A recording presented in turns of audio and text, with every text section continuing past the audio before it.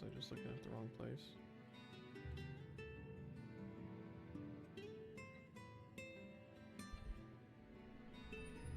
Yeah, whatever.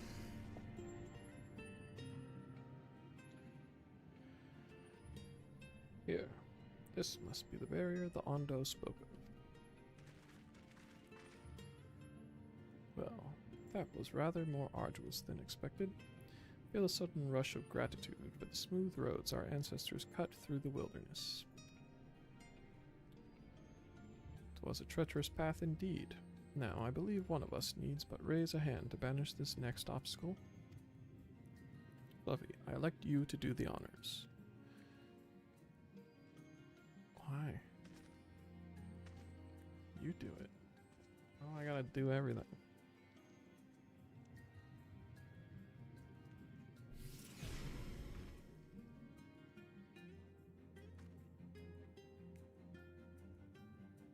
Just like that. I suppose we should head in.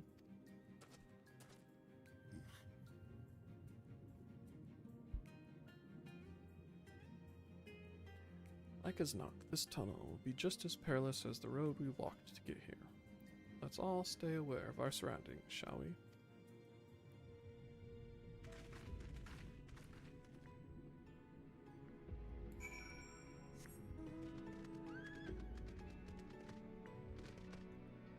Urchin fish.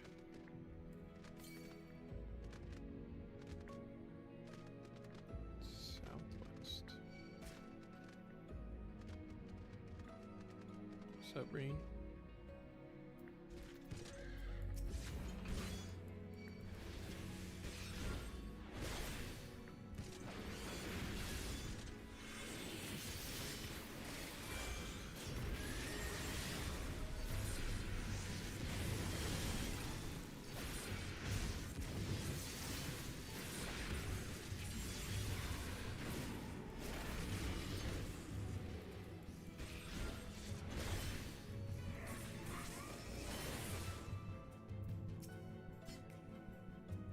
That is a very long drop. Please don't hurry chumps over the edge. Fluffy, I don't think my heart could take it.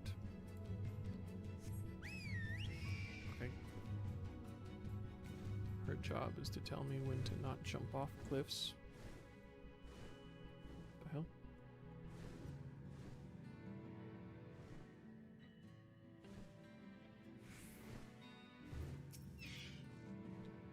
Where are thy footfalls, my friend? Our road taketh us ever onward, unto ever deeper darkness.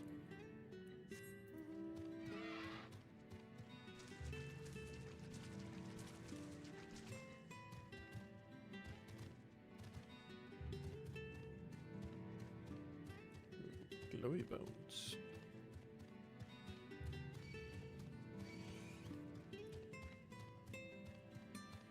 Gotta love some glowy bones, you know?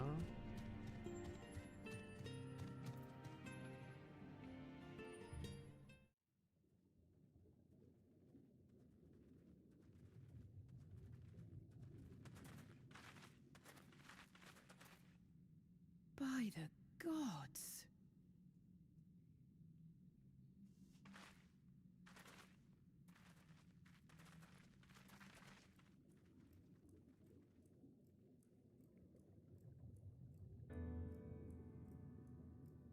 Pretty cool.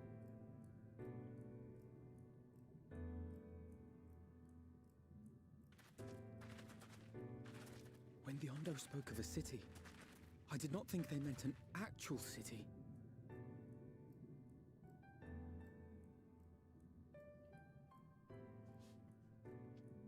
The stingrays were a portent of Earth. We are seeing the same view.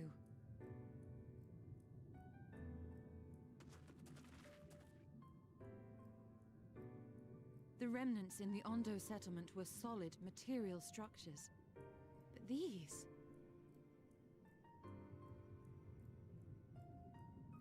Everything here pulses with ether.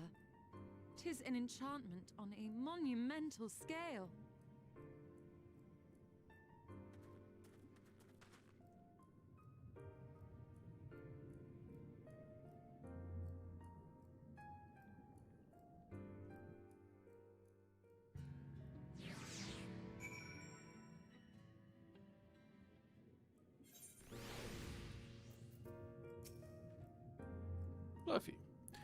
Did you note the style of the architecture? It is the same used for the remnants at the cups and the murals painted towers. Obviously. Look closely. Emmett Selk has not simply reclaimed these ruins. He has layered the semblance of an entire city upon them. Gods, the magnitude of his artifice is staggering. Though it pains me to admit, we did not fully understand the feats of which an old-world Ascian is capable.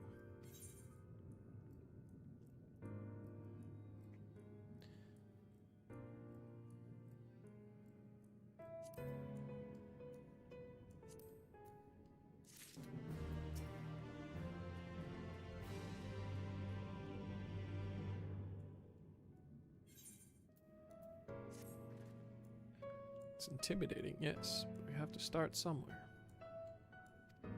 Why don't we have a closer look at that tower to the southeast? You might be able to reach it from the edge of the trench.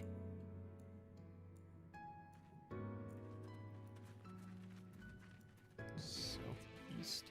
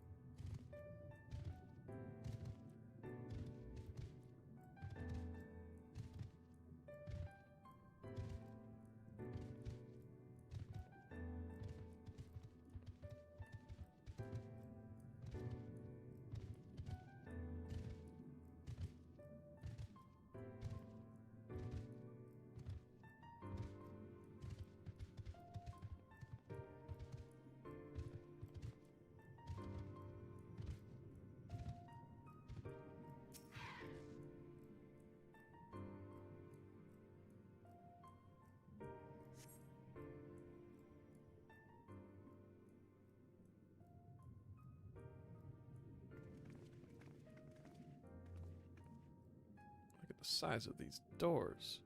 Now I know how pixies must feel.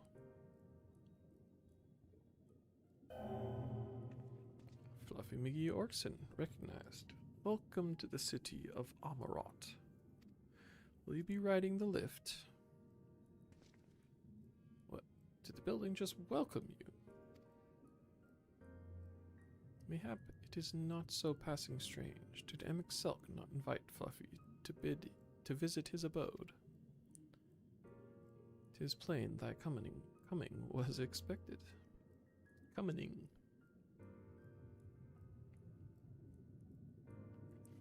And where will this lift be taking us? The lift services every level of Akora Heights, but is presently configured to convey passengers directly to the ground floor. Well, there you have it. In the absence of some few hundred yalms of rope, we have little choice but to accept the offer. The emphasis on the we. I'm not about to let you walk into that place alone. Okay.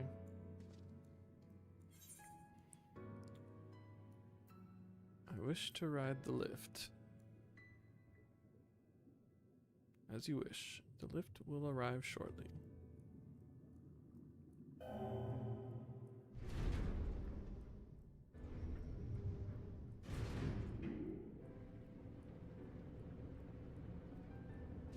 Bum, bum, bum, bum. Next stop, ground floor. Facilities include the Bureau of the Administrator, the Bureau of the Architect, and the Capitol.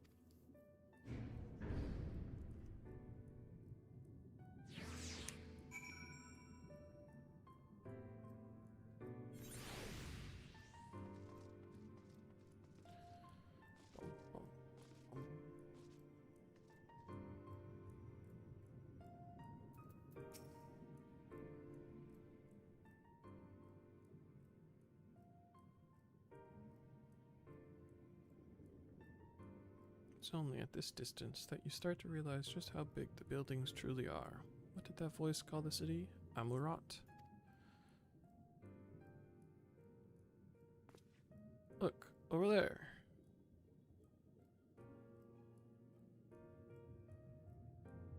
Is that a person?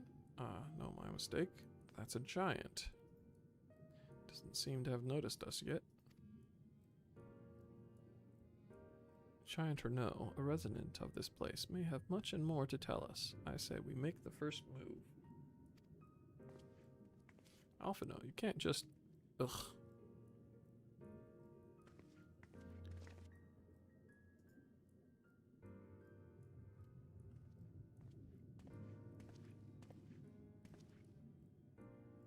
Pray, excuse my boldness, but might I ask you a few questions?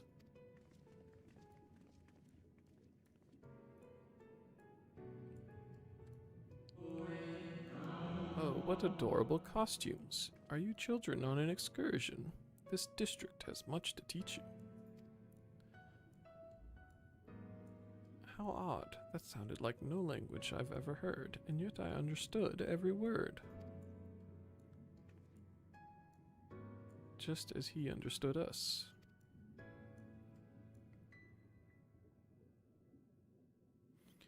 Ahem. In which district is this exactly? You must be lost, poor things. You stand in the Polylerite district, wherein lie the institutions most vital to the management of our star.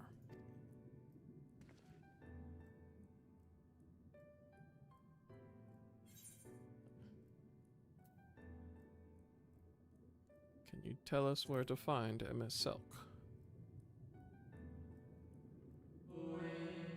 Ah, I see. You've come to marvel at the workings of the Convocation of 14. Hardly surprising, I suppose. The whole world holds its breath as the final days draw near, and our brightest minds race to implement their plans.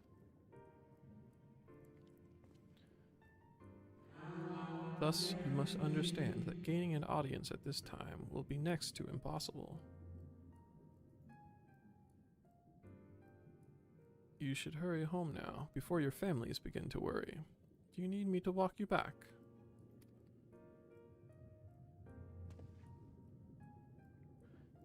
No, thank you. We will be fine.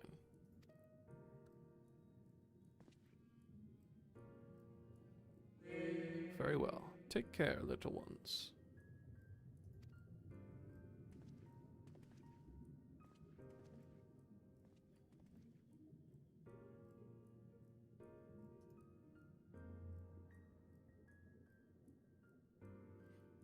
What was that all about? To my eyes, these people appear as arcane entities. I suspect Emic Selk wove them from ether, much as he reconstructed the rest of the city.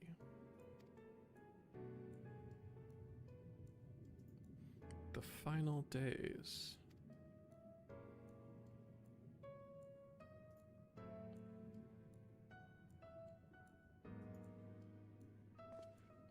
Such words well befit the Bolivian described to us by our Askin foe. But that happened centuries and centuries ago, didn't it? That man spoke as if they were rushing to avert a disaster here and now.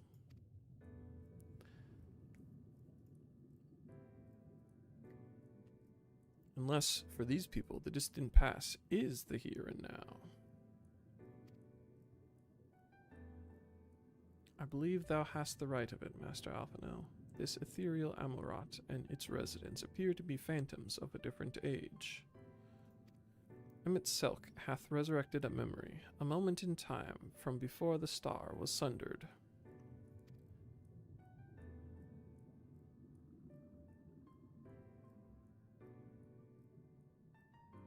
So, we find ourselves in a long-destroyed city inhabited by the long-departed, an unusual situation to be sure, but at least we're able to parley with these ancients. In fact, they seem downright eager to chat.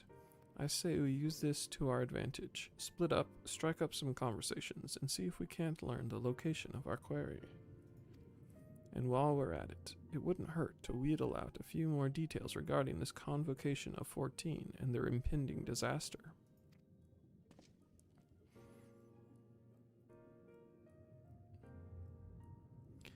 To mingling then, let's meet back here when our jaws start aching.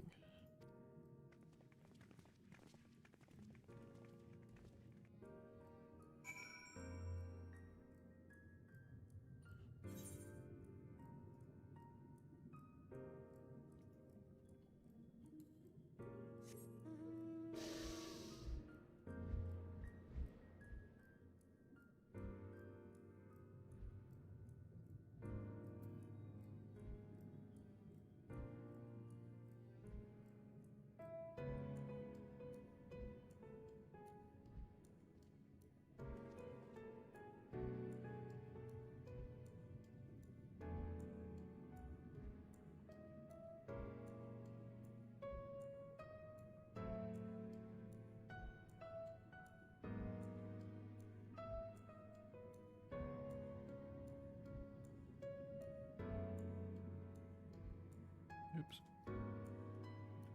Yeah, I'm coming back through here anyways.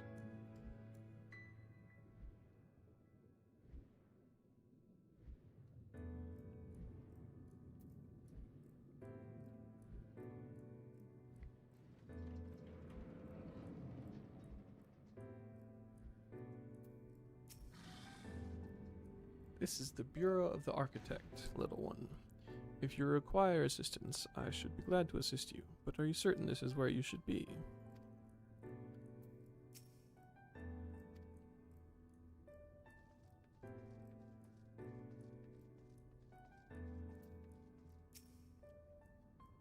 An audience with Emmett Selk. I'm afraid you have the wrong office, little one, and besides, he'll be far too busy to field the questions of curious children. Certainly, you have been told of the looming catastrophe. Every resource available to the convocation must be spent upon ensuring our world survives. They have yet to make an official announcement, but it is said the 14 are moving forward with a plan of scarce, credible proportions. One which promises to grant will to the very star itself. They will invoke our mightiest spells of creation to birth an entity of all-encompassing magnificence, and then they will rewrite the laws of existence. 'Tis a huge undertaking, and it must be completed ere the corruption spreads this far. Thus I say to you again, do not hold out hope for an audience. And then he ceased to exist.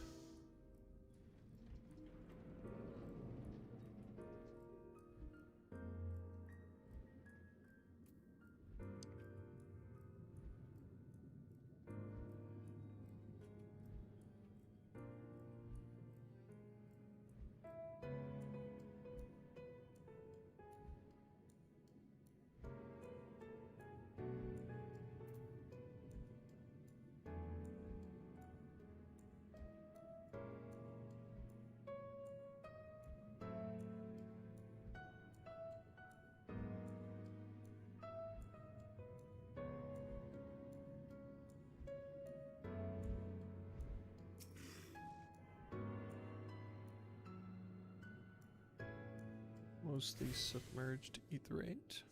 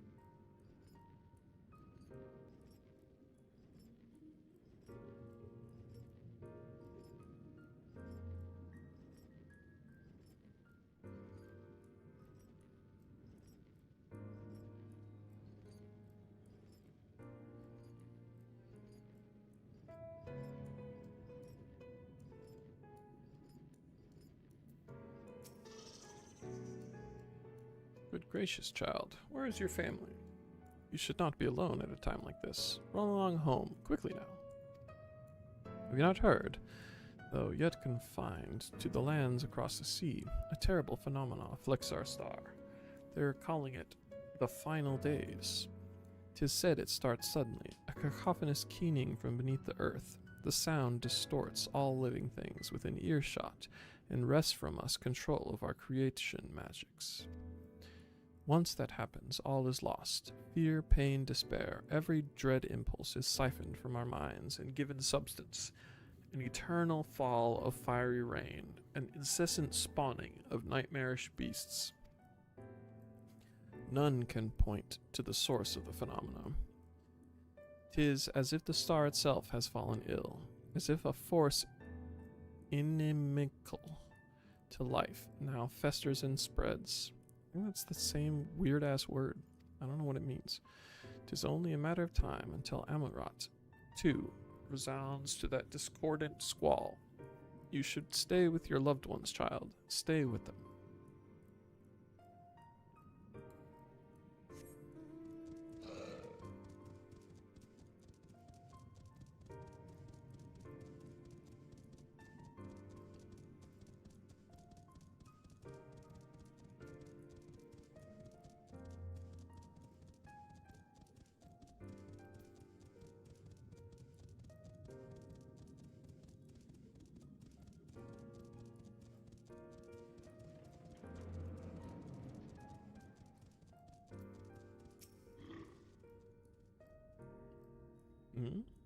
Would seem the hall is host to a most precocious visitor this day, and what, pray tell, shall be the subject of our discussion, young one? The convocation and their handling of the coming peril. 'Tis only natural that you should have questions. Shall we begin with the members themselves? As all know, the 14 are the wisest and most puissant among us. They are the stewards of order, responsible for decisions which keep this star turning season after season. Be it the speaker, La Habrea, or the emissary, Elidibus, each seat is occupied by an elected sage of surpassing intellect. Logriff, Mitron, Emek-Selk, their individual titles have, as a gesture of respect and a matter of tradition, become synonymous with their incumbents. Thus, it is with great incredulity that I greet this recent rumor that a seat in the convocation is soon to be left vacant. If proven true, 'twould be an unprecedented development, tantamount to the immense pressure under which our saviors are toiling. In any event, I, for one, am confident they should deliver our star unto salvation.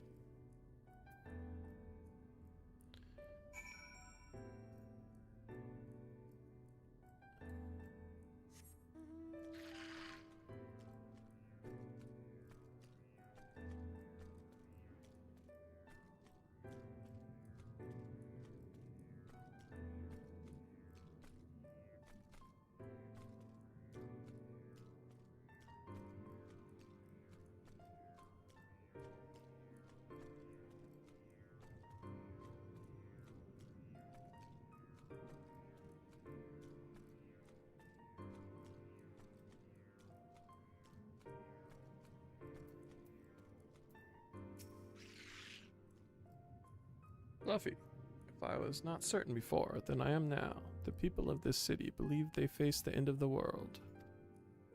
I cannot imagine what purpose compelled Emet-Selch to recreate this ancient Amurat. And yet, I fancy I hear his words to us echoing throughout this ocean trench. He would have his story known.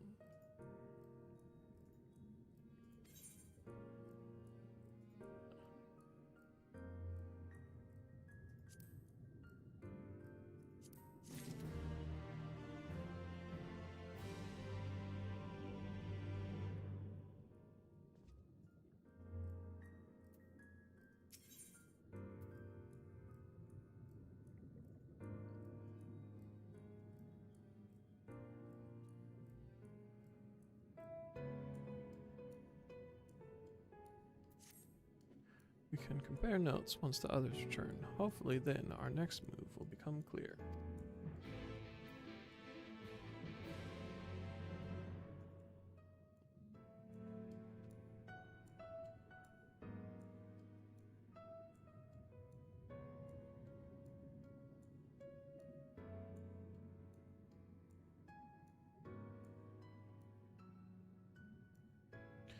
it would seem our conversations were much alike, a looming disaster, creation magics running rampant, and this convocation's efforts to bring salvation out of chaos.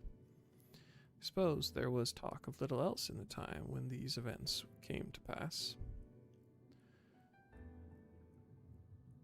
Ah, Urianger, if I may, what are your thoughts on the ancients' art of creation?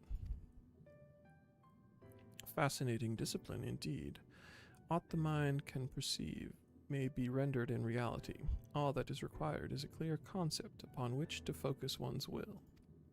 'Tis not dissimilar to the primal rites taught by the Asians, wherein ritual ceremony breatheth life into figments of myth and legend. I see. We arrived at the same conclusion, then. The people who lived in the age before the Sundering were blessed with vast reserves of mana. No matter how draining these creation magics must be, it seems they paid the cost with not more than a fraction of the ether which coursed through their own bodies. If we were to attempt the same, such spells would soon deplete our energies and then seek to draw the balance from elsewhere, from a hoard of crystals mayhap, or from the very land itself. Thus, when this art of creation was placed into our hands, it became, in effect, a means for destruction. An interesting matter, which no doubt bears further study, but despite all these revelations, I worry we are no closer to finding Emmett Selk. Has anyone learned aught which might lead us to his location? Not directly, mayhap, but from what we've heard, it seems the Convocation of 14 is sequestered in the nearby Capitol building. When we went to see for ourselves, the attendant wouldn't let us through without a writ of permission, so we tried our luck at the Bureau of the Administrator, where we thought these permissions might be issued. But the clerk there said he couldn't help us since our names didn't appear in the registry. And that was where we gave up. I wonder though, Fluffy, could you be eligible for one of these writs? The voice in the lift seemed to know who you were. It might be that your name is registered at the bureaus as well. Worth a look, I'd say. Meanwhile, I'll head back to the capital and search for a less official point of entry, just in case. Pray, allow me to accompany thee on thy reconnaissance. An arcane perspective may prove needful.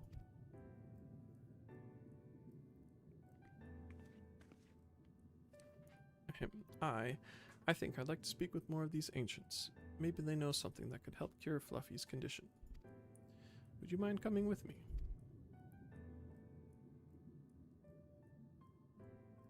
Of course I don't mind. Just lead the way.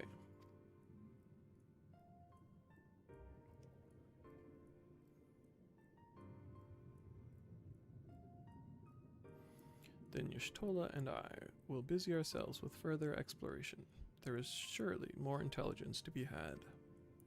And so we part ways once more. This time, however, let us reconvene in front of the capital.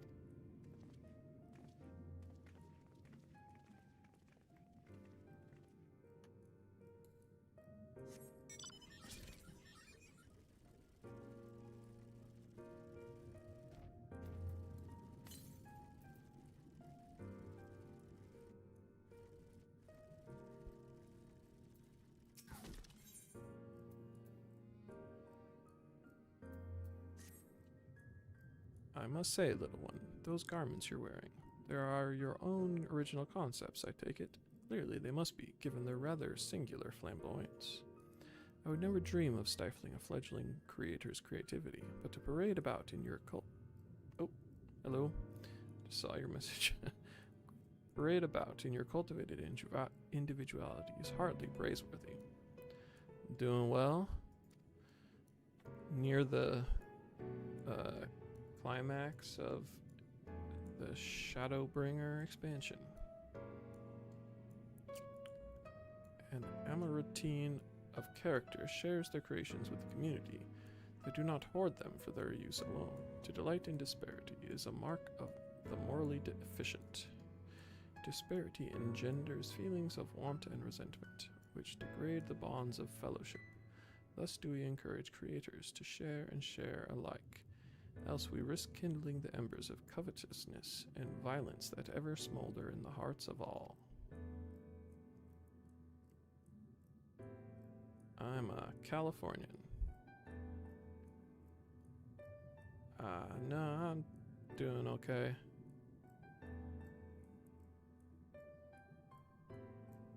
Therefore, I must implore you, little one, to cast aside your original trappings and don the communal robes, that you might acquit yourself as an equal among many. In so doing, you will be afforded greater respect and autonomy. Worry not, for this will be a simple affair. I recall seeing a gentle soul outside the Hall of Rhetoric carrying robes perfectly suited for one of your diminutive stature. I am sure they will be glad to share their wealth with you. But do hurry, little one.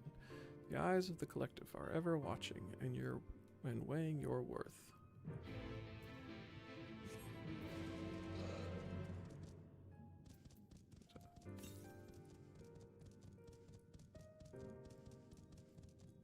I mean, if you have ideas tickling your brain, feel free to chat about it, but I'm pretty ambivalent generally.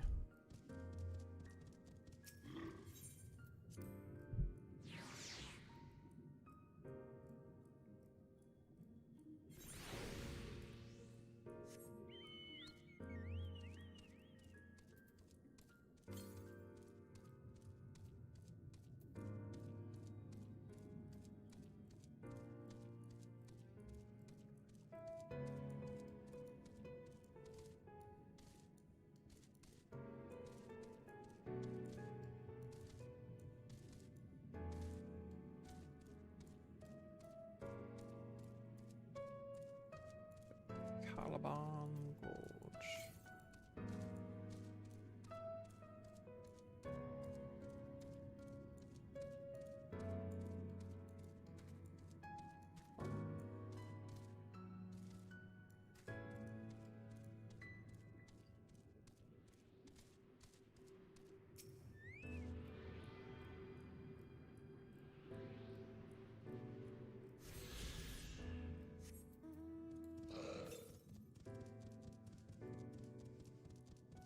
That's all of the ones under here, I suppose. Now it's just random quests.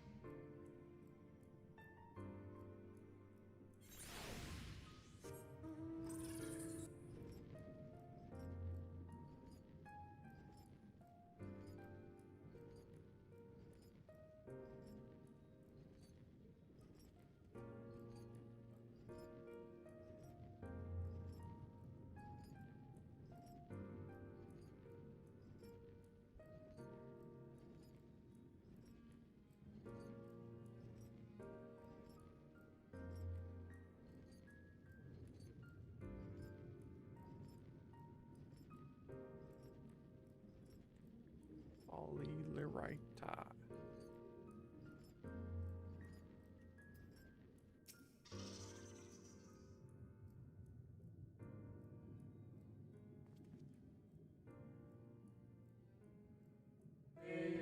Oh ho, aren't we looking rather smart this evening? What can I do for you, little one?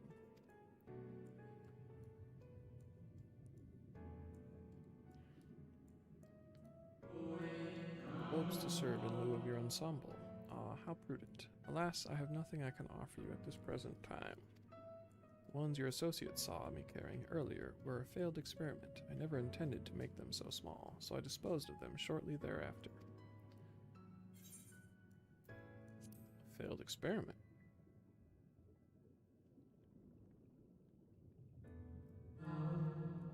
bemused expression, I gather you find it odd that your elders can fail in so simple an application of creation magics? It is more common than you may realize, little one. In this instance, a gaggle of children was passing by as I held the image of the robes in my mind's eye. Simply by becoming aware of their presence was the form influenced and the final product changed. All things considered, it could have been worse. Just the other day, I was attempting to conceive a white-haired lion, when all of a sudden this exquisite eagle alighted on the nearby railing, giving me quite the shock, and dramatically altering my initial concept. Yes, indeed, it was a most unexpected development, but not an altogether unwelcome one. Great strides are often born from unexpected impetuses.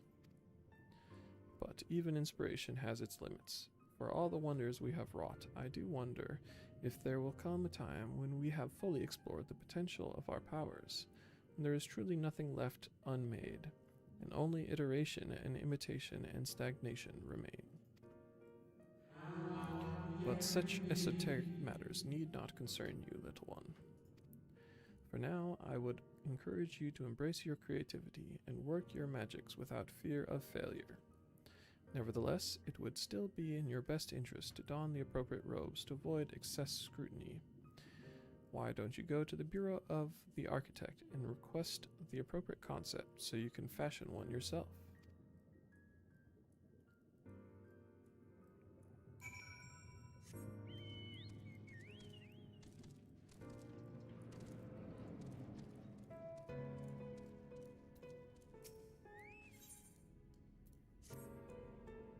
Greetings, little one.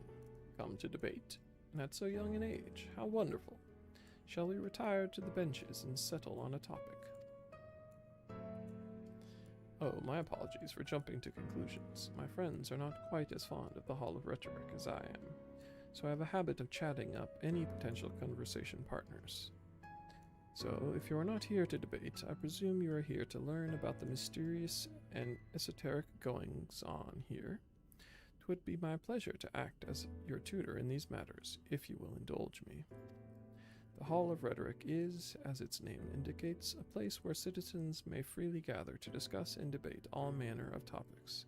This central forum is ideal for open discourse, but smaller rooms are available for those desiring more intimate conversation. Oh, and there is a wealth of reading material concerning rhetorical techniques and history penned by the greatest minds and on offer as well, should you wish to refine your techniques through self-study. To my mind, however, rhetoric is a living, breathing thing that is best experienced in the moment of conception and execution. Perhaps a demonstration would best serve to further your education. I saw a contemporary of mine engaging in a lively debate earlier, just outside the hall. Go and see if they are still there, and issue to them my personal invitation to a friendly battle of wits.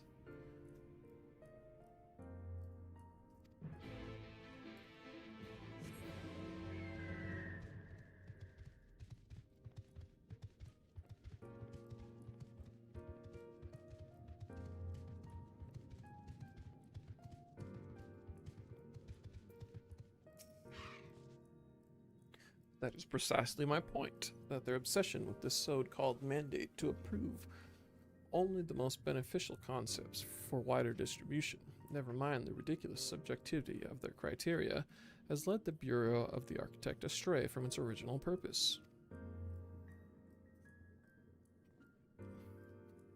Huh?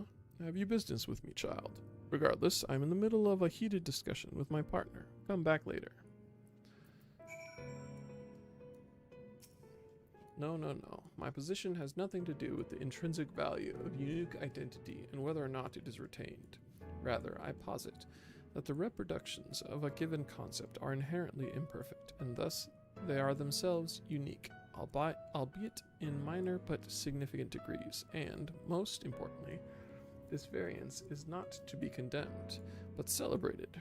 Better that than to strive in vain for an impossible standard that, even if met, would leave us lesser for lack of diversity. The Amarantines appear to be engrossed in their debate, utterly deaf to you and your pleas for attention.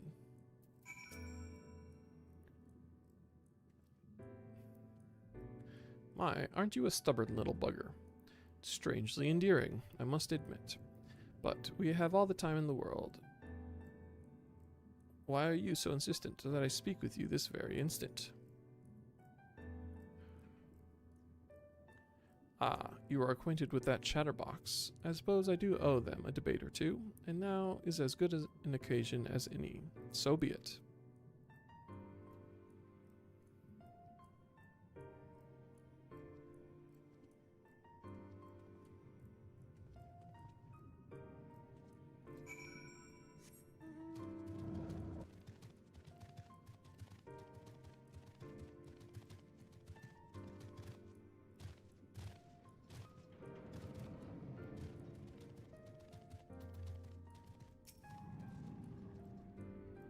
I see you found my friend. Thank you, little one. Then, without further ado, let us commence the promised debate.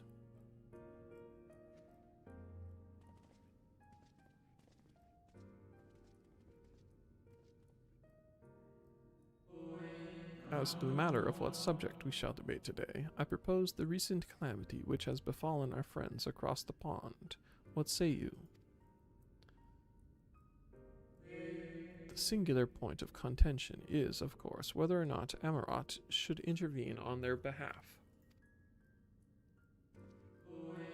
I believe we should. The scale of the disaster which threatens that distant metropolis is of a scale heretofore unseen, and so equally considerable resources must be committed to counteracting its effects. I disagree. The scale concerns me less than the nature of the proposition itself. Who are we to unilaterally intervene in the affairs of those half a world away? Are we to be the saviors of one and all? Such arrogance may well lead to our own downfall.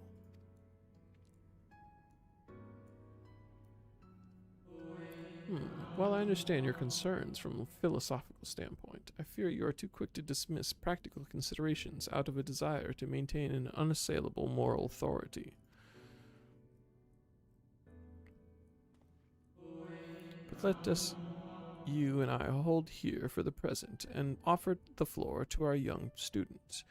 You have heard our opening salvos in this debate concerning the fate of our neighbors across the sea. What is your opinion on the matter?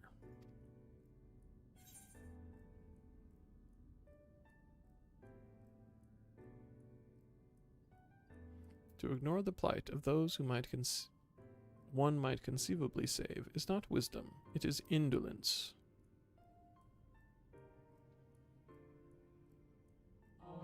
Indeed, indeed. The same can be said regardless of one's opinion on the morality of intervention.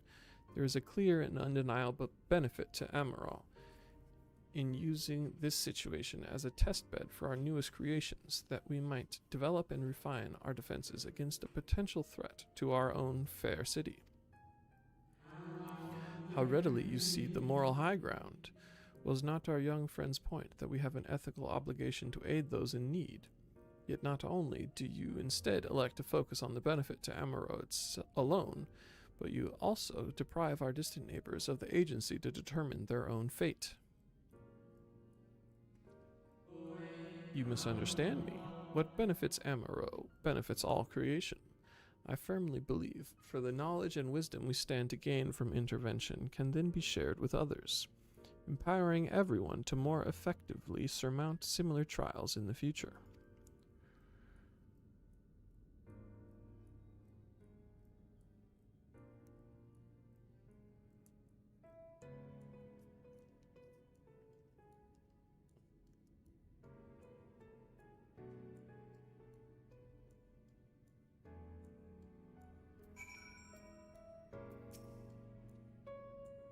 I must say, it has been far too long since I engaged in such a refreshing exchange of ideas. My colleague was equally delighted by the opportunity, you may be assured. Some decry it as little more than an academic exercise. After all, we failed to reach a meaningful consensus. But I dare say they missed the forest for the trees. Are we not more enlightened by the experience? Have we not been exposed to a greater variety of viewpoints? Is there not value in this alone? I truly believe we are blessed to be part of a society that exalts the free exchange of ideas, that encourages active participation in the public discourse. This may have been no more than your first foray into the exciting world of rhetoric, but I sense you have the soul of a debater in you. You may well have the potential to change Amaro in ways no one ever thought possible. I shall be watching your trajectory with great interest, my young friend.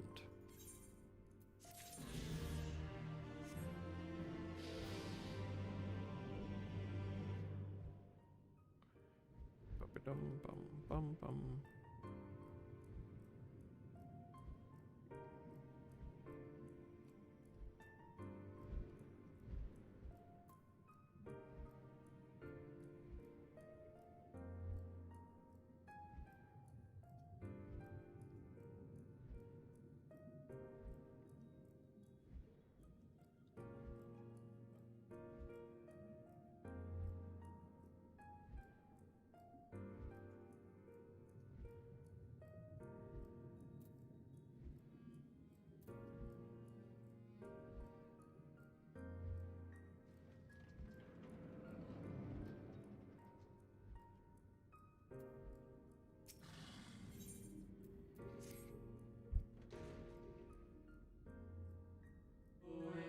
Greetings and welcome to the Bureau of the Architect. Are you in need of assistance? It would be my pleasure to answer any questions you might have.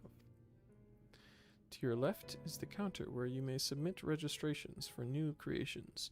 To your right, you will find the counter where you may requisition concepts on file.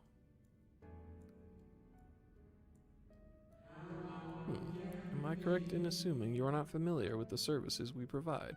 I see. A more detailed explanation is in order then.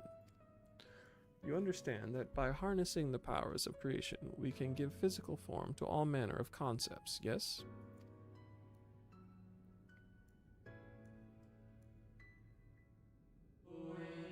Picture a bouquet of fresh, fragrant flowers, all the colors of a rainbow.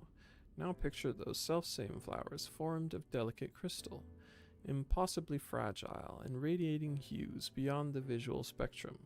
Every day our people push the boundaries of imagination to conceive new and striking designs like these. But there are limits to what a single individual can shape with their abilities alone. Those who harbor greater ambitions may offer their concepts to others here, that they might with the strength of many accomplish what one cannot.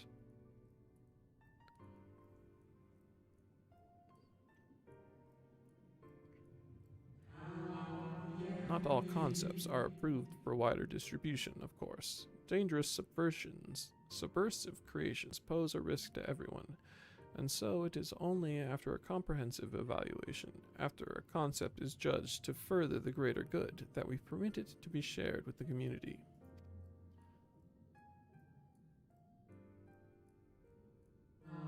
Do you understand, little one? Since you are here, I think you might benefit from conversing with some of the others currently availing themselves of our services. Why don't you go and speak with some of the citizens waiting for their registrations to be processed? Much as I would like to believe my explanation was more than sufficient, I expect that you may gain greater insight in this way.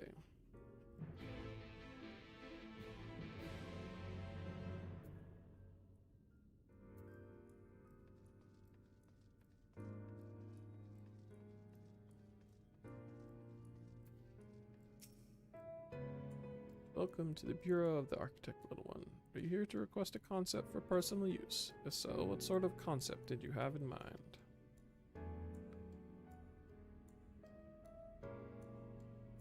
Communal robes. That will take but a moment to prepare, but before I fill your request, I should caution you.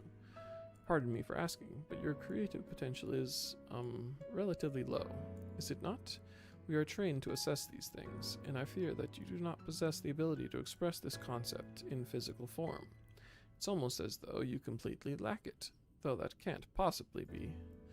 But regardless of the reason, you needn't worry. We have special tools that may be used to address this very eventuality.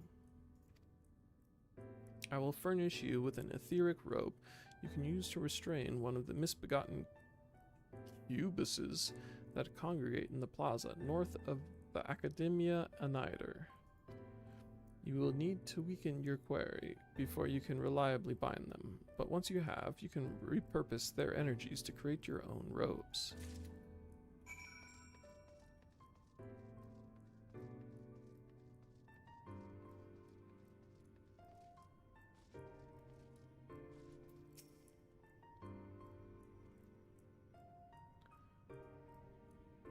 Hello, hello, little one. So rare it is to see one of your size roaming about here. Come to learn about the Bureau, are we? I'm here today to register a new creature. Boneless and with semi-translucent skin, it drifts through the air like a dancer on a summer breeze, its tentacles trailing behind. It utilizes gas bladders to propel itself from place to place, you see. I'll admit it's not the most elegant of designs. I'd not shed a tear if it were rejected, quite frankly, but what can I say? I take pleasure in conceiving unorthodox designs. A beginner like you shouldn't take after me, though. If you're looking to pick up a few tips, you should probably ask someone else. Ah, is that my number they just called? If you'll excuse me.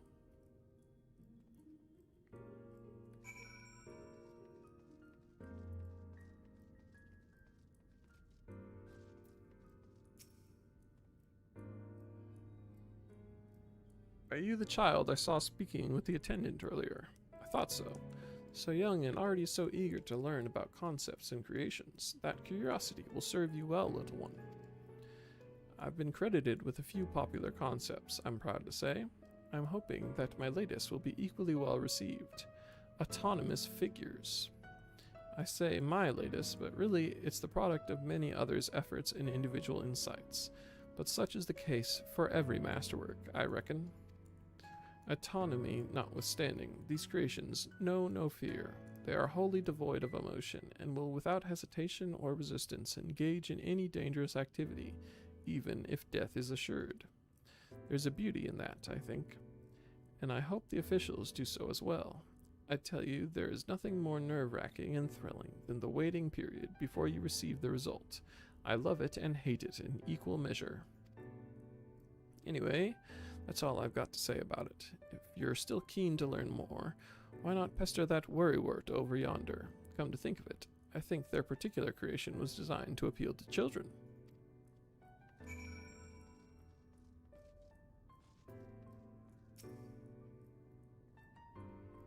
You there, an aspiring creator come to learn about the Bureau and its inner workings, I trust? That's all well and good, but since you're here, perhaps you can help me with a little something. I've been refining a concept of mine for some time now. Adorable little creatures designed to be the perfect plaything for any young citizen, but I'm still terribly unsure if it's ready to be submitted for approval. Which is why I was hoping you might first put it through its paces and tell me what you think. Your honest opinion, I'll have no flattery from you, young man. This matrix will allow you to summon my creations. Don't use it here. Take it outside first, and don't be afraid to play rough. It's all part of the fun.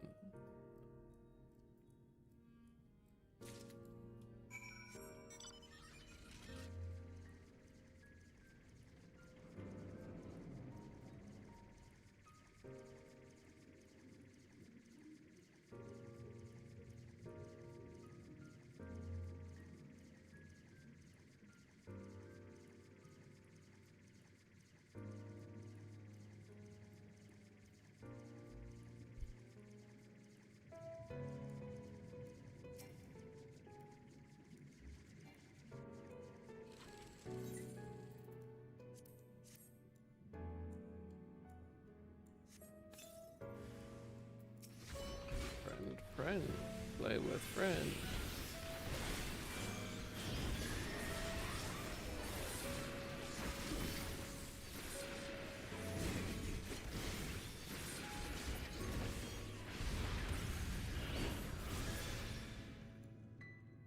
Such fun, such fun.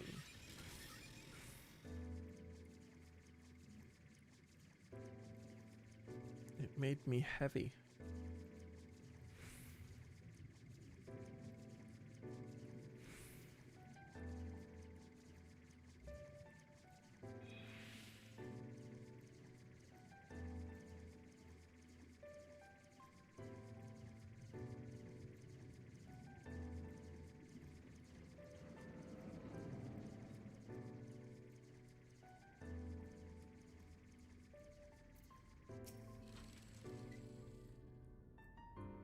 How did you find my lovelies? Were they as delightful and engaging as I hoped? Tell me everything, spare no details. I say, they spouted nonsensical phrases and attacked you like mad beasts. How distressing, and not at all like what I intended. My sincerest apologies to you, little one, for the unpleasant experience. Still, from these experiences do we grow stronger and wiser. I look forward to the day when you will try your hand at creation too.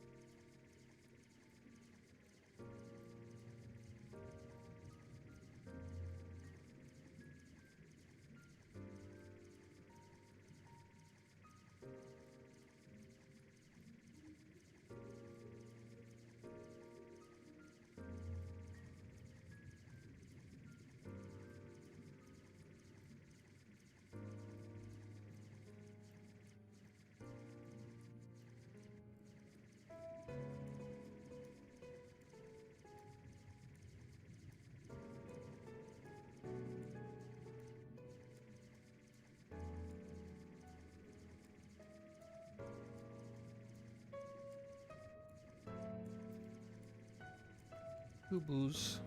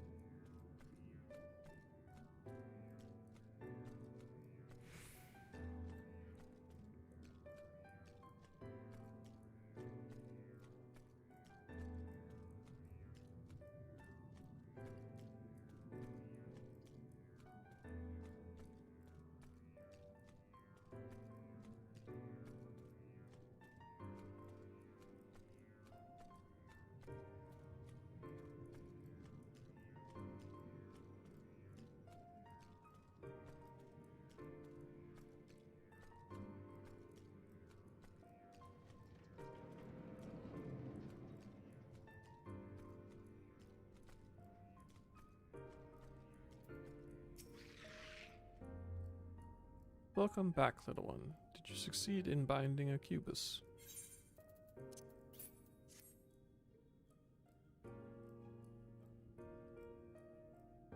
You've done well, little one.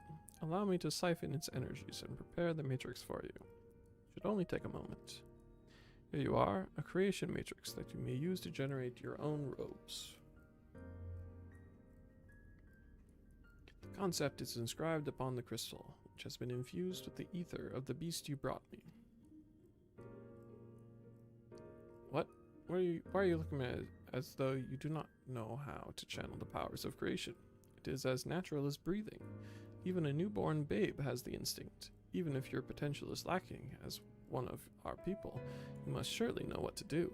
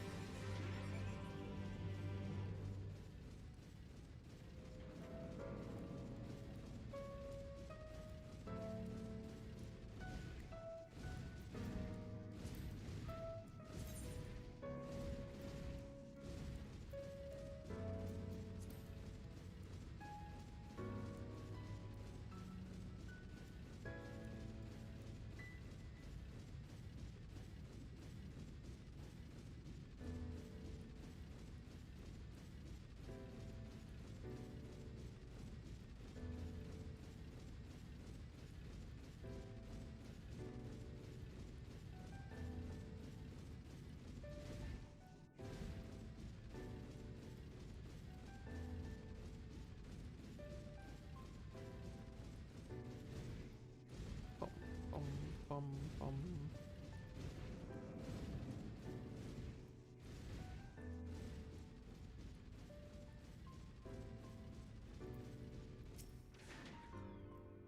Visitor's writ? Yes, I can assist you. Full name, please.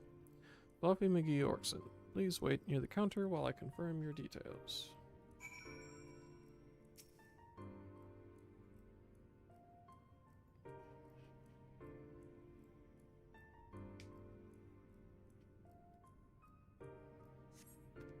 Fluffy McGee Orkson, your application is ready for collection.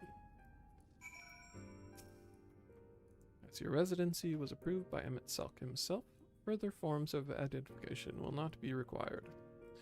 Here are your application documents. Submit them at the Bureau of the Secretariat, and the clerk will issue you the visitor's writ for the capital.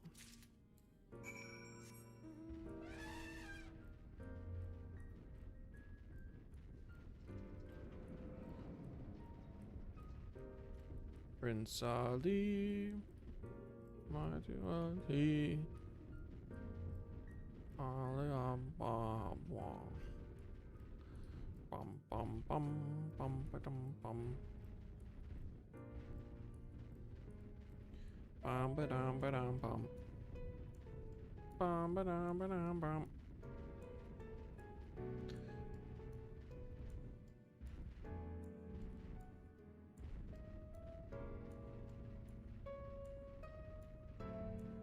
To run through the wild ooze monsters to get to the capital. It's a bit weird. What do I know?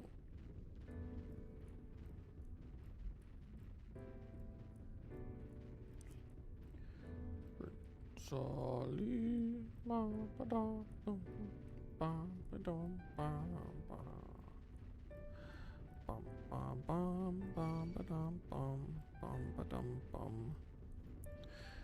ba dum bum bum ba dum bum ba dum bum.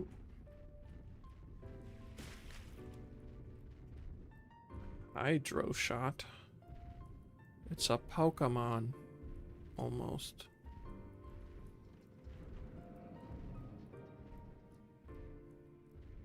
Bureau of the Secretariat. Next, please.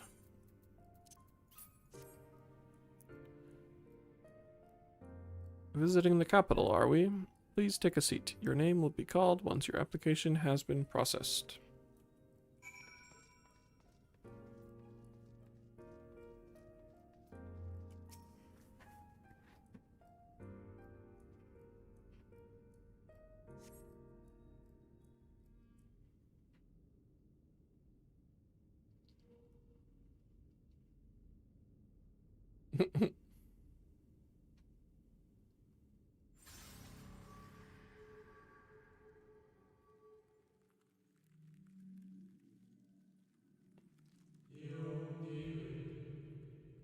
May I?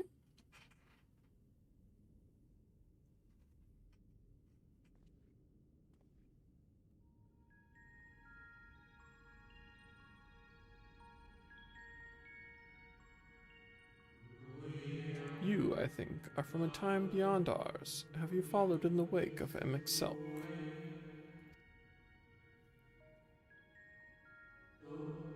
Nay, there is no cause for alarm. I am simply a shade, here and not here.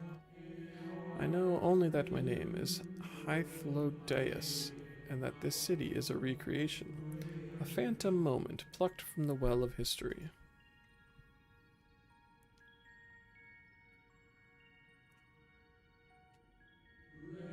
These others seem unaware of their pale existence, but I wonder if Emmett Selk's mind was distracted when it came to my reconstitution. A stray thought would have been enough. Hythlodaeus will realize the truth, for example. We were close friends once. Yet in spite of my perception, I play the same role as all the rest. A bit part, meant to bring color and noise to this well-crafted stage. Too much scrutiny, and we shall burst. Thus, I tell you again, my presence is not to concern you. I wish only to share your company whilst we wait.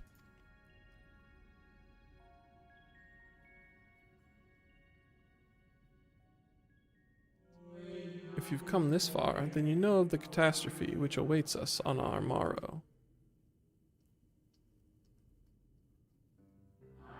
The final days, what began as isolated incidents, soon swelled into a world-spanning threat. The Convocation of 14, well, it was 13 at the time, endeavored to create a will for our star. They would repair the fundamental laws of order and halt the spread of destruction. But creation on such a scale required an immense source of power. Of those of us who still lived, nearly half offered up their lives in the name of salvation.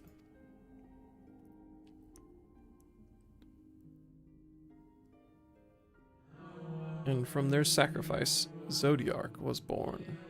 Just as we had hoped, he reached forth and halted the march of oblivion. Yet, oh, how the star had suffered, so many species lost. The land was blighted, the waters poisoned, and even the wind had ceased to flow. Once more did our people give of themselves to Zodiark. Another half of our race sacrificed to cleanse the world, to ensure that trees and grasses and blah blah blah blah. The cycle of life had begun anew, and we reconsidered the means by which we might protect it.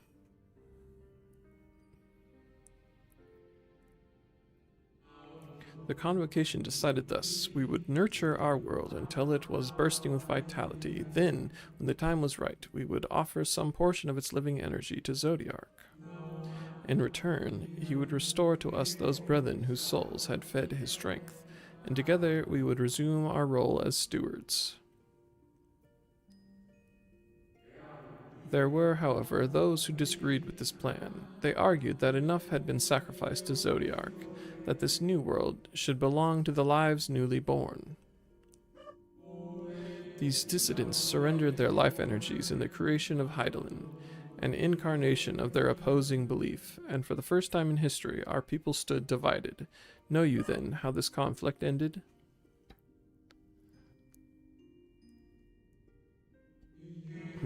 I thought you might.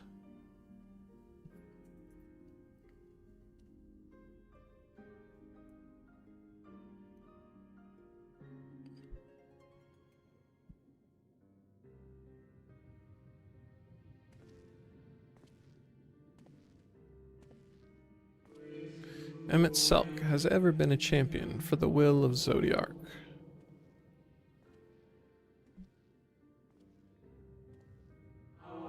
The original plan may have been set back by millennia, but he will have not abandoned his course. He will pay the price for our return by whatever means is necessary.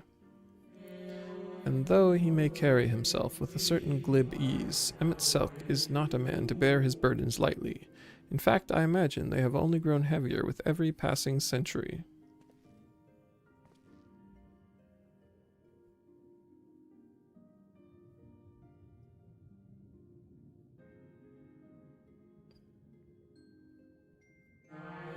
"'Tis truly a terrible weight he has chosen to carry."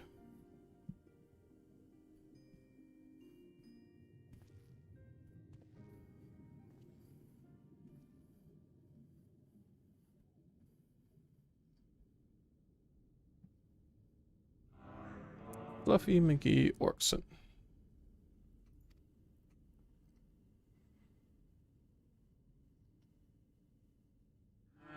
It seems your turn has come. Pray do not let me keep you.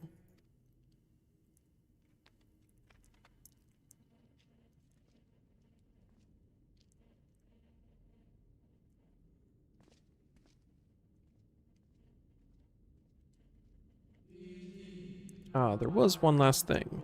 You walk with another at your side, yes?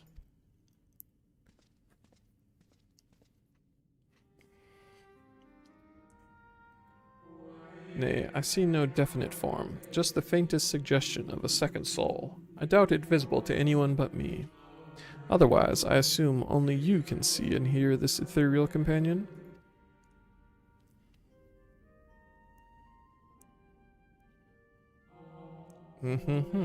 Your connection is hardly a coincidence. In our time, the two of you were one. The color of your souls tells the tale. a hue that distinctive cannot be mistaken, no matter how thin the soul is spread. Ha, this is just the kind of fate I might expect for one such as he. Surely Emmett Selk has recognized the hint of him in you.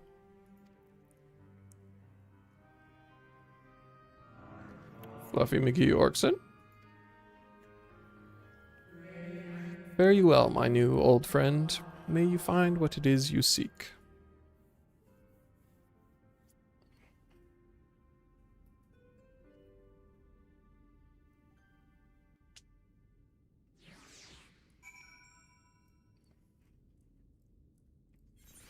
I'm the 14th guy, probably.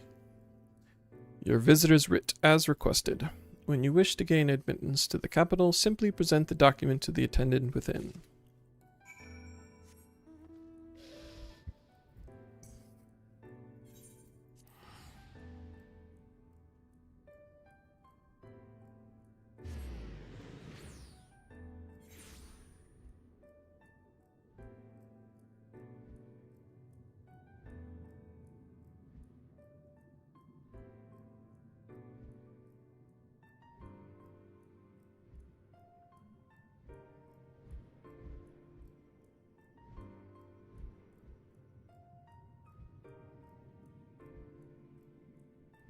Bum.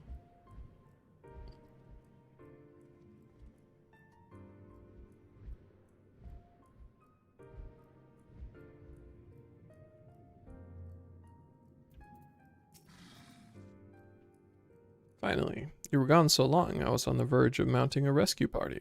How fared you in your bureaucratic ventures?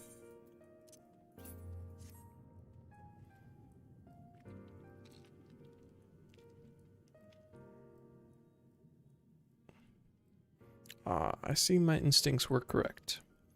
And a good thing, too. Arianja and I weighed our chances of breaking into the capital, and an official entrance is by far the more attractive option. The capital boasteth not a single armed sentry. It would seem that in their time they did not deem it needful to post guards. The windows and doors, however, appear heavily warded, though mightily did we strive with strength mundane and magical, we failed to budge them even a fraction of one ilm. Mayhap 'twas simply the case that Emmett Selk's recreation did not extend to their usual function. We didn't try everything, of course, but we thought it best to conserve our time and energy for more pressing matters. Speaking of which, Reen and I tried asking about a cure for you. The problem is, these ancients didn't exist beyond Amarots today. They will happily tell their own tales, but whenever we attempted to explain our situation, the conversation quickly became muddled.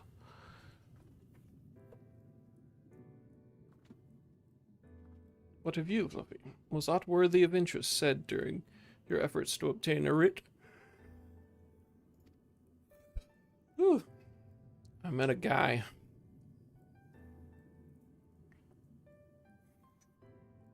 Great sacrifice of life in exchange for their brethren's resurrection, and you say all the Ascian scheming has been leading to this.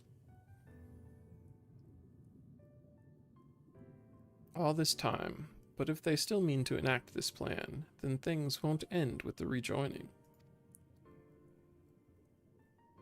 I thought we knew their intentions in full, restore the world to its former glory, and, in turn, empower Zodiac to reclaim his throne as the will of the star. Yet that was merely a step along the way. I hesitate to put it into words, but we have to assume that following the final rejoining, the Ascians mean to draw on the lives of the Source to make their sacrifice to Zodiac. That does seem the most likely scenario. Mayhap those who ally with the Ascians would be spared that fate. But what value is there in surviving when all our history, all our struggles will be erased? I cannot conscience such an act. Of course not. And that's to say not of what Emmett Selk's plans for the Exarch's power. Do we stand by and let him threaten our future as well as our past? We need to find him, Fluffy, and when we do, make your mark. change the course of history in a way that's felt by those who came before and those who came after, by everyone you've ever met.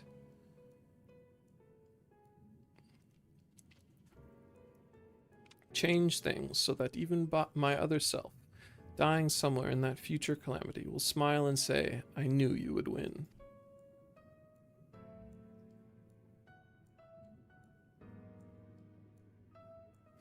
Is fighting Emmett Selk the only way? We created an entire city. It will take everything we have to defeat him, if we even can. And if you push that hard in your current state, the light will break free. The decision to press on lies with you, just as it lies with each and every one of us.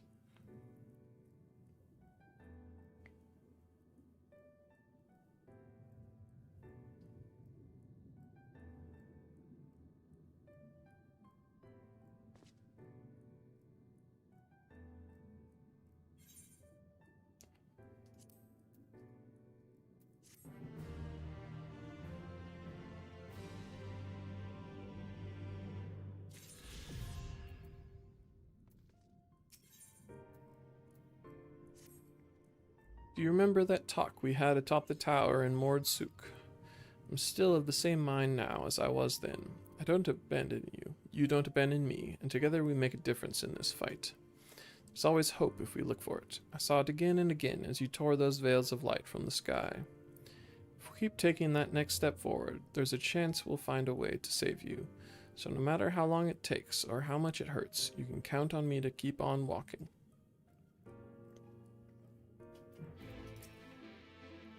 Vothri spoke of the disaster we would bring upon our own heads, the ceaseless conflict. Imagine how he would sneer to see what's become of the first, not to mention your perilous predicament. And yet, who can deny the fire your deeds have ignited in people's hearts? You achieved what my logic and ideals never could, uniting desperate people under this banner of hope and common purpose. Without you, that giant Talos would never have raised its head. I have borne witness to many such miracles at your side, and would do so again. This is but another obstacle in the road. So come, let us travel it. Drag me through yonder wonder and danger, as you are wont to do, and I shall endeavor not to slow you down.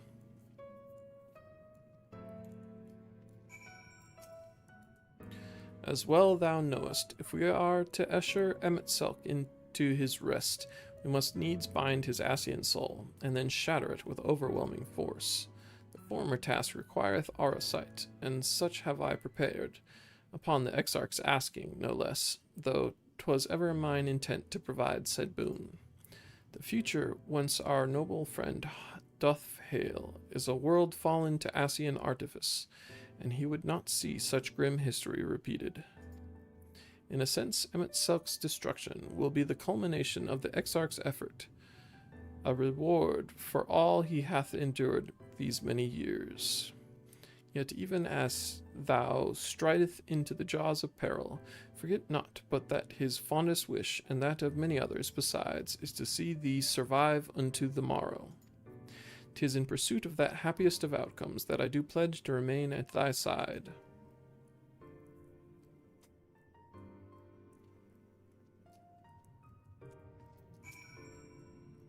Our time in the first has been a never-ending succession of trials, as arduous as our path in the source ever was. Yet through all our journeys together, through that deep and foreboding wood, you have helped me to stay true to my convictions. Thus would I return the favor. Do as your heart decrees, without hesitation or regret, and that is all I will say on the matter.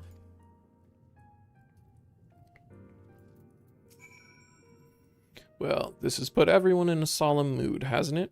Honestly, we're not even sure this will be the end of it. But I suppose we should speak our minds when we have the opportunity. You taught me that much in Amarang. So forgive me this moment of sentiment, Fluffy.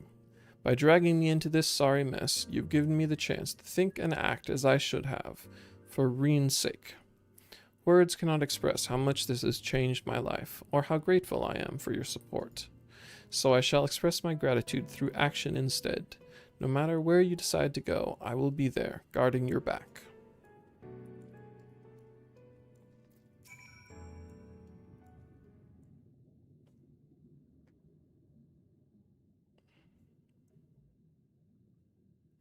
When Minfilia entrusted me with her power, she warned me that no matter how strong you become, you can still fall victim to despair. You can still feel powerless. And she was right. After you collapsed on Mount Gulg, my hands wouldn't stop shaking. If I made a mistake, if I failed to bind the light within you, I was terrified you would die.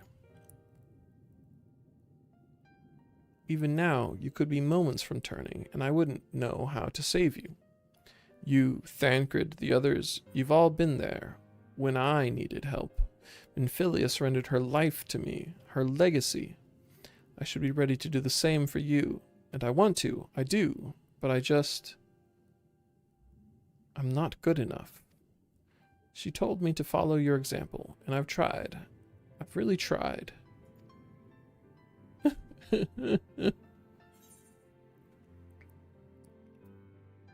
Then you shouldn't hang your head.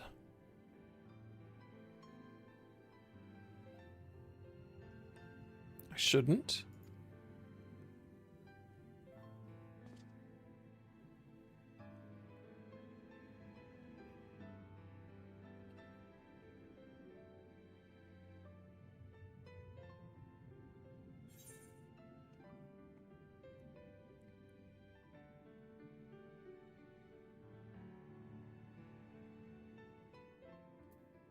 We must all keep looking forward, like the heroes who never gave up hope for this world.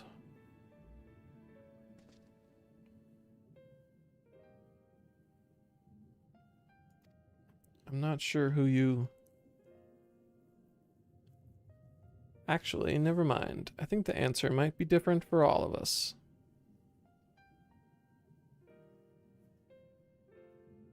No, nothing will come of brooding here in self-pity. I've made my decision. Fluffy, I'm going with you.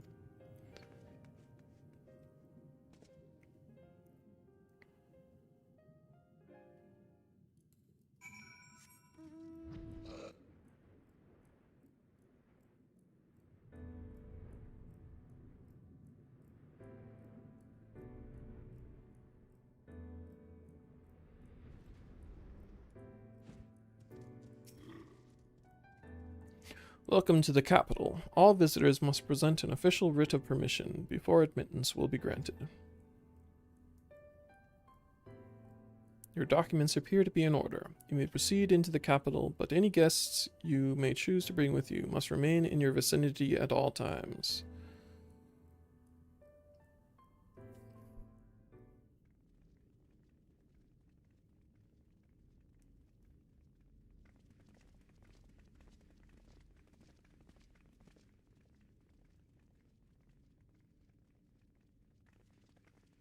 This really is unacceptable.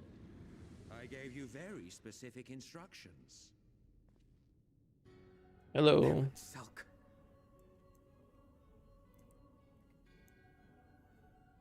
My invitation was for an abomination, ripe with the power to bring about the world's annihilation. Not this half-broken thing. Whatever am I to do with you?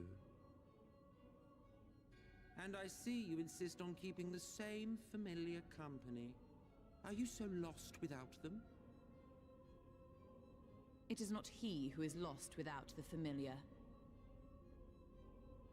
Not content with remaking an entire city, you aim to fill it with the reconstituted souls of the dead.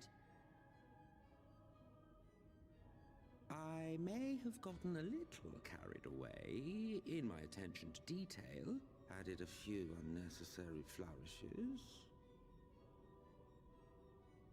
Well, there's no point trying to hide it. Yes. Once the rejoining of worlds is complete, Zodiac will regain his full strength and shatter his prison. Then we we shall offer up the source's remaining inhabitants in sacrifice, that we might resurrect our brethren who died to bring Zodiac into existence.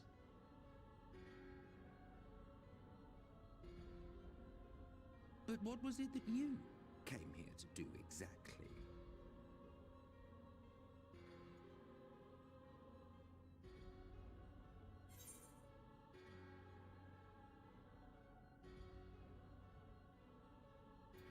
We came here for the Exarch. Well, you can't have him. The wisdom that man guards may open up new worlds of possibilities. He has unlocked the secrets of travel across the rift, and through time as well, it would seem. Quite an accomplishment for one of his incomplete nature. I must explore the limits of his capabilities and harness that power for the Ardor.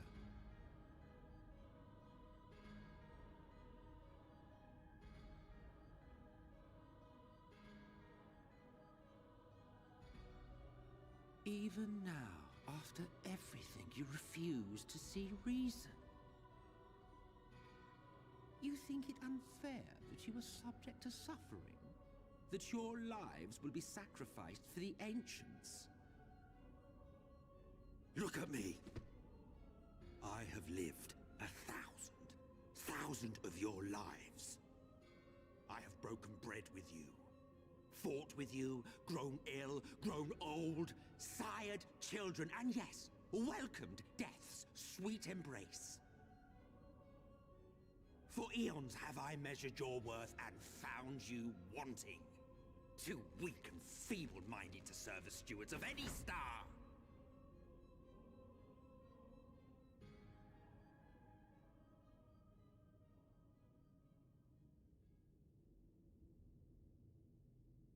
Have your recent spats with Vorthri and his Sin Eaters taught you nothing? Have you not learned that your ignorance and frailty beget only endless misery?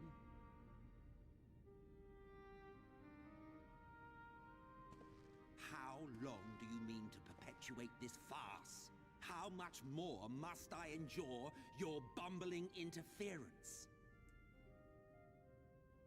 Let us imagine that the laws of reality are again undone and the world faces true annihilation.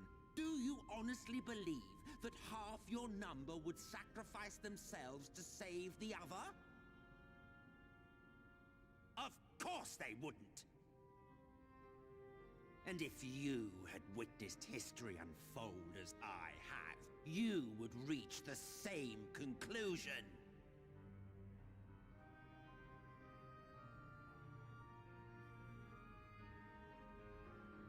You cannot be entrusted with our legacy. I will bring back our brethren, our friends, our loved ones. The world belongs to us, and us alone.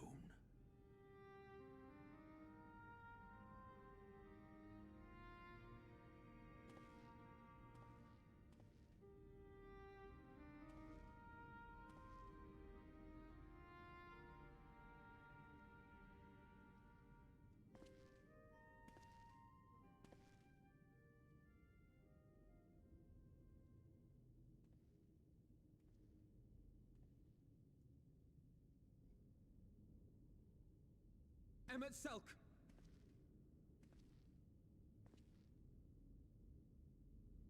We understand, truly, but it makes no difference. The ones you love are in the past, while ours are here in the present.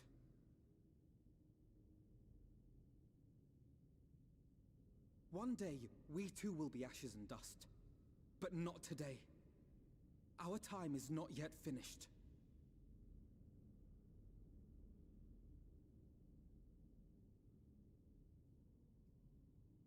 We share your conviction, and that is why we will not abandon our course.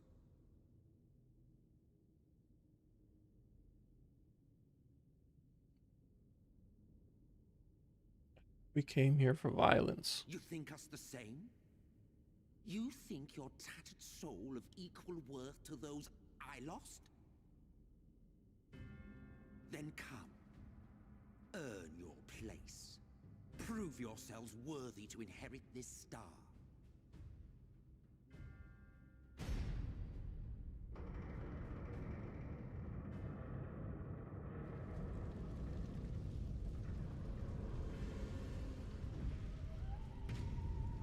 Behold the coming oblivion. 'Twas the end of our era and the beginning of our great work. A fitting backdrop for your final judgment.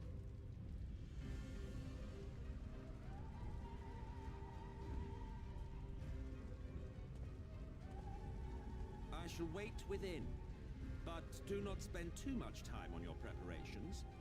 There's no telling how much longer the guest of honor will last.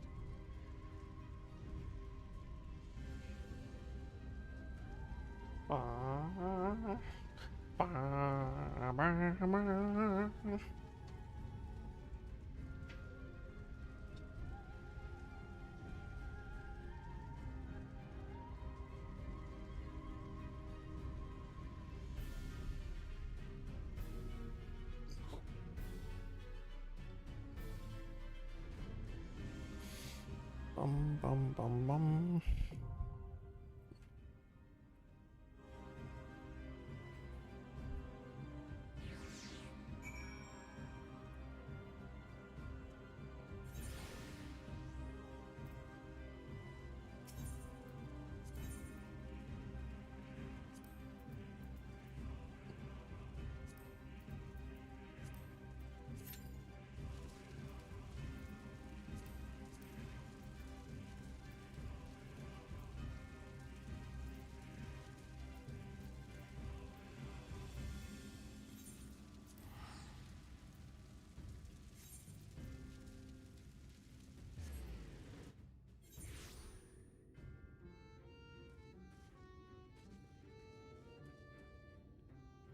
I was sure there was going to be dailies here.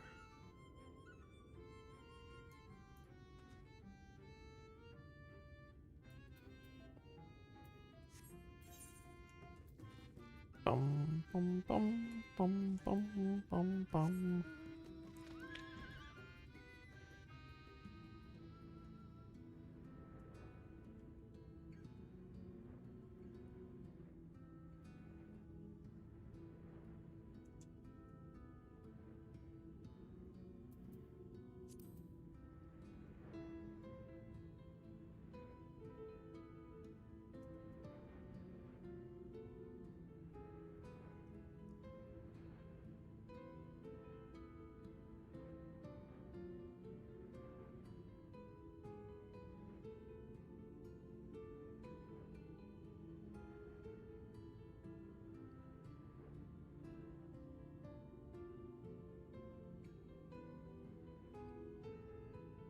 Tweaky ass shadows. The hell?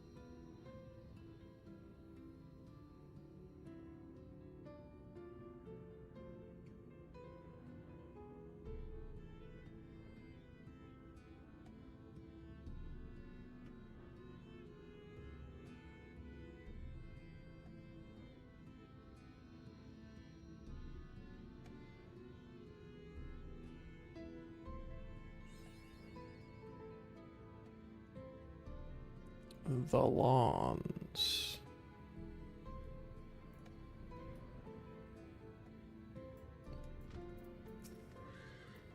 To make use of this practice ground, well, you'd best ask permission from the Ulmorans first. They were the ones who put the place back in order.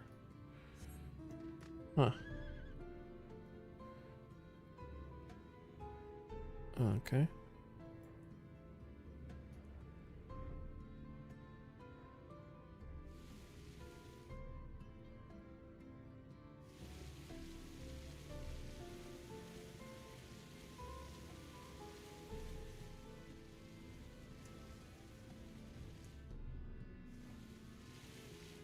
The hell is that place?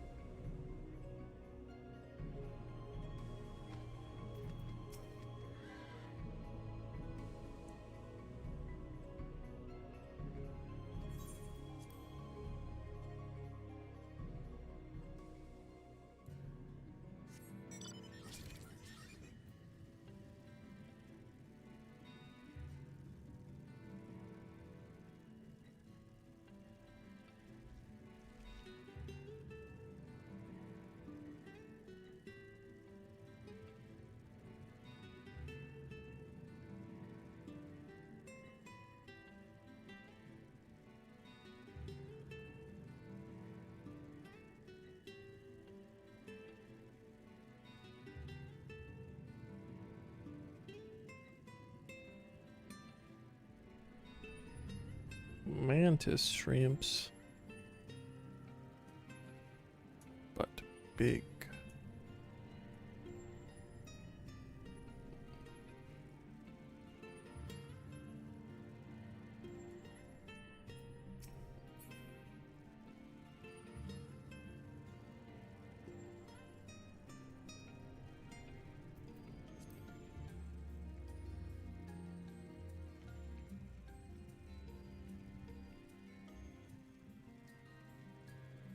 Maybe 4 AM is a bad time to try to do a dungeon.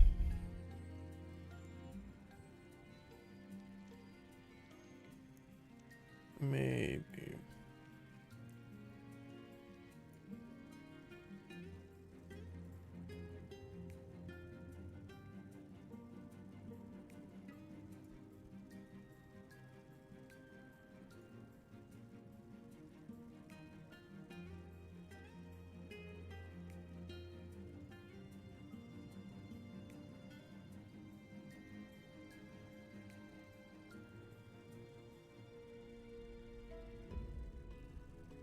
Deacon.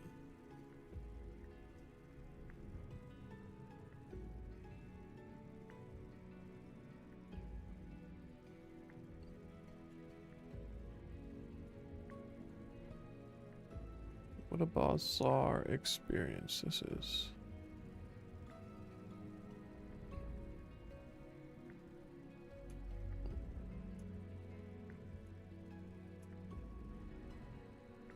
Is there a way to get into this thing?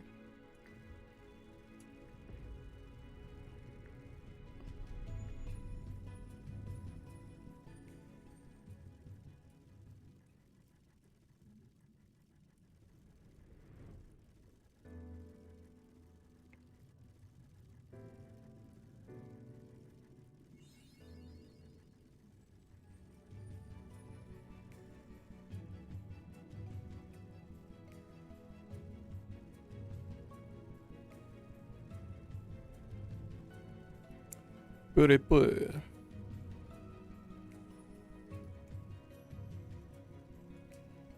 Some big ass crustaceans in here.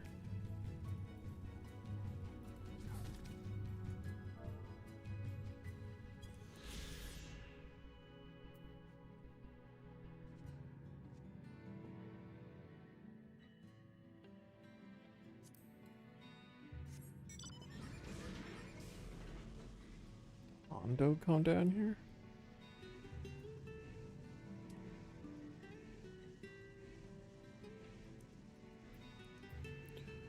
Bum ba dum bum.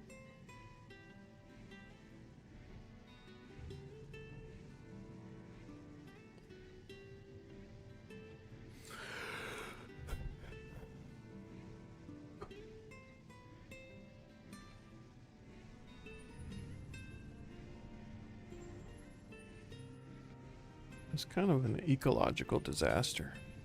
This thing I did with getting rid of the ocean.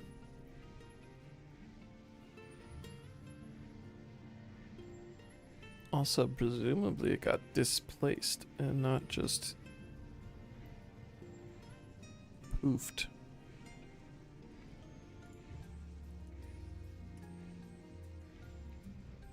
It's like, it's kind of a lot of water.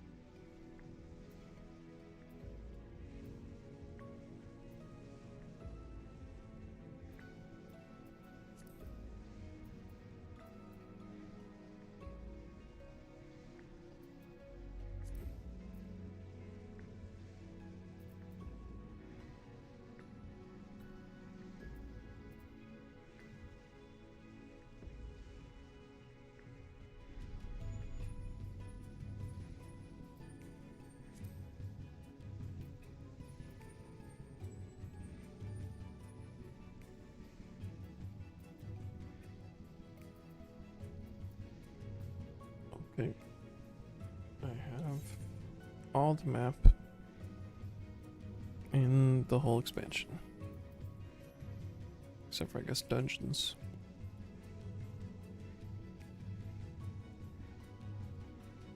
Zoom.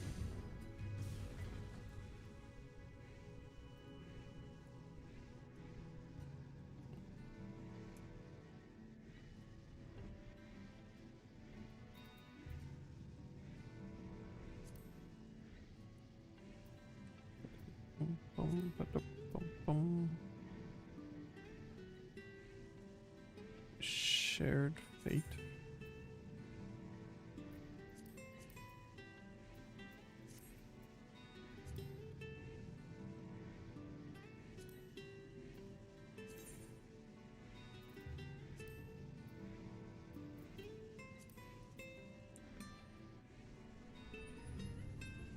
In my wanderings through the Crystarium, I found myself pausing in wide-eyed wonder as I looked out on the view before me. I knew that I must capture this sight in ink, lest others simply pass it by. In my wanderings through the Crystarium. Okay.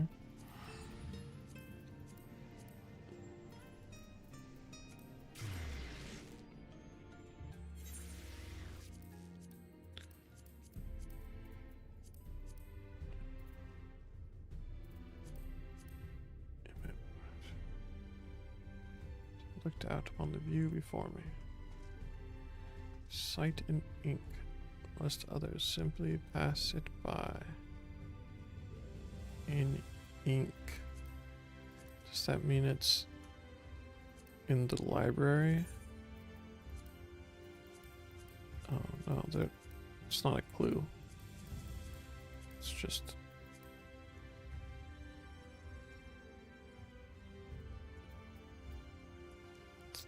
well, shit.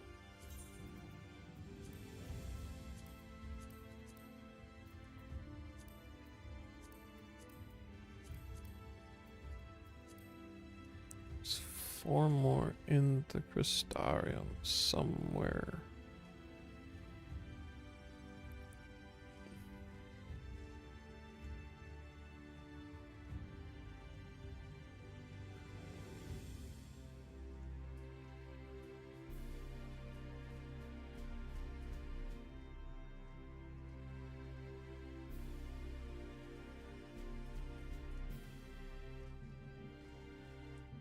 Quadvirium. There's so much uppies in this place. It's crazy.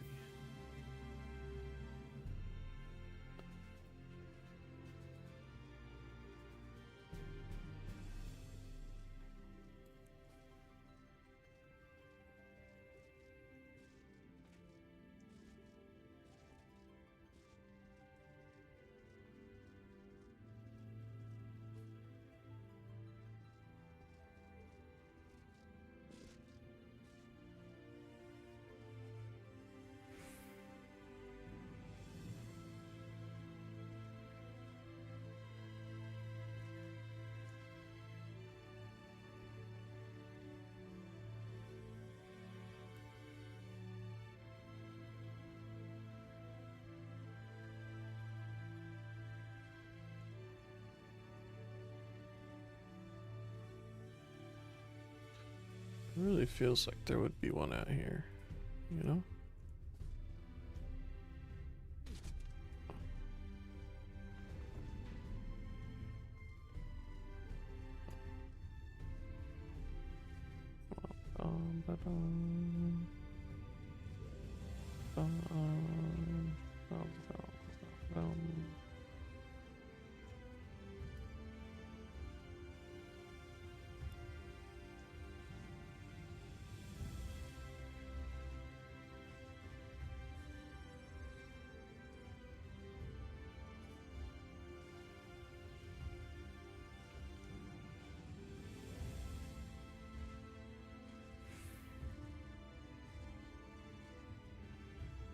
What the hell is that thing? That's way cooler than anything in here.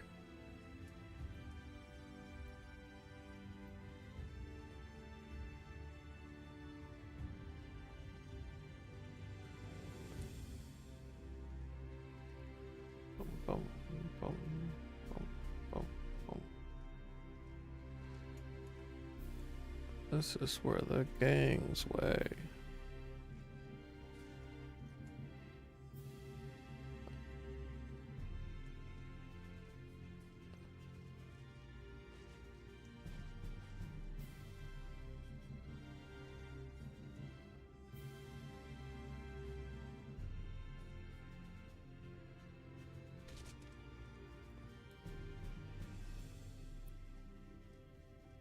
Is that a thing I can go to?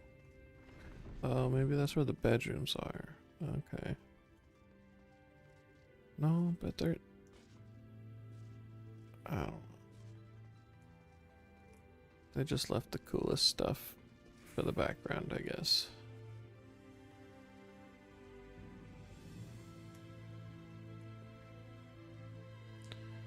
Realistically, there's enough uppies where any old thing could be dropped down on, which makes finding these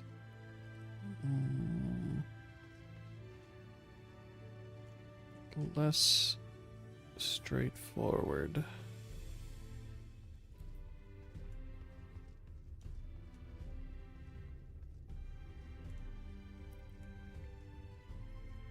You son of a bitch.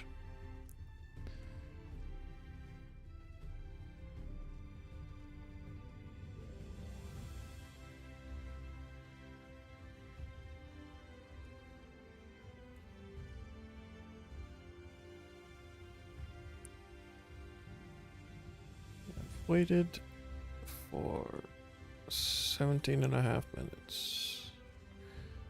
The average time is pushing back by the second. What? You son of a fuck.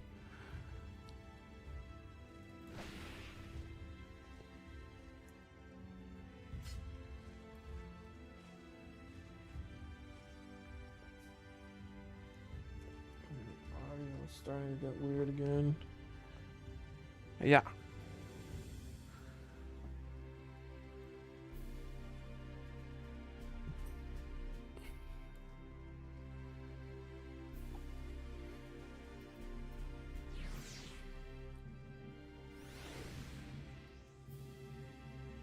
My little cat friend.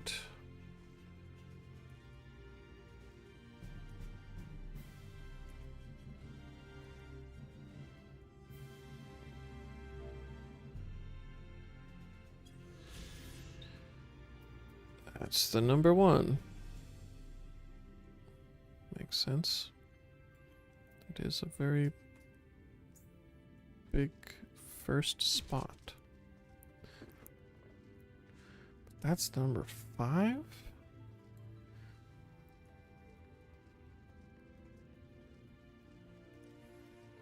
So where is the second spot? I didn't see anything in there.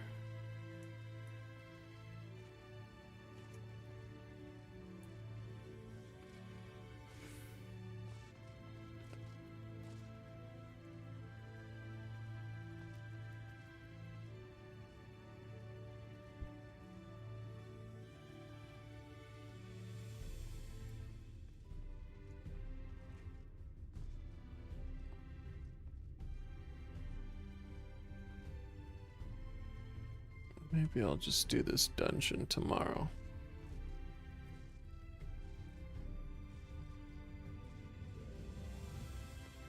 Yeah, fuck it.